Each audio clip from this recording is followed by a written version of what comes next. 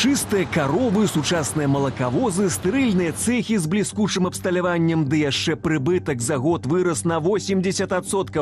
Цяжка знайсці падставу для крытыкі. Калі на дзяржаўных прадпрыемствах Лукашенко часта крые чыноўнікаў апошнімі словамі, то на прыватным Савушкіным прадукце раздае медалі. Только у меня дома Савушкин продукт. Савушкін дасягнуў поспехаў хутчэй насуперак Лукашэнку. Той на працягу 20 гадоў навешваў на бізнес Александра Машэнскага стратныя дзяржаўныя сельгаспрадпрыемствы, але прыватнік і сам выжыў, і фермы выцягнуў з эканамічнай прорвы.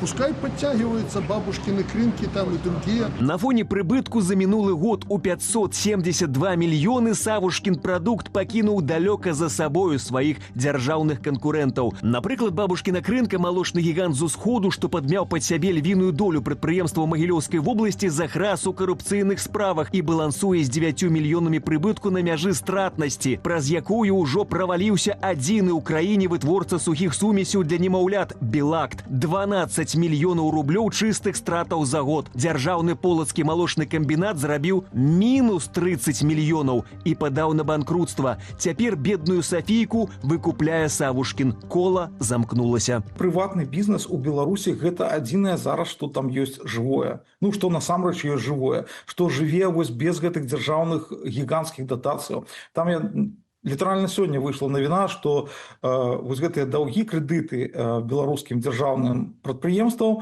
яны выраслі амаль на 20%.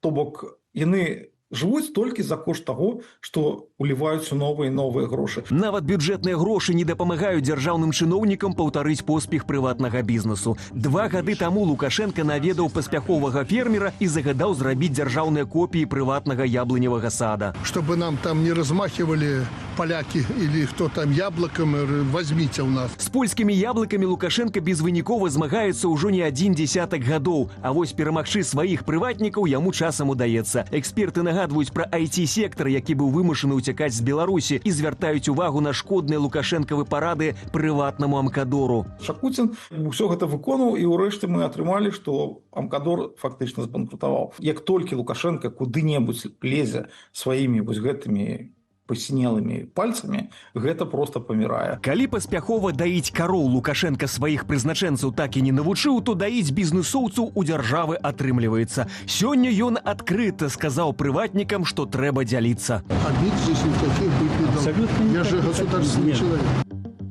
Зміцер Смак, Белсат.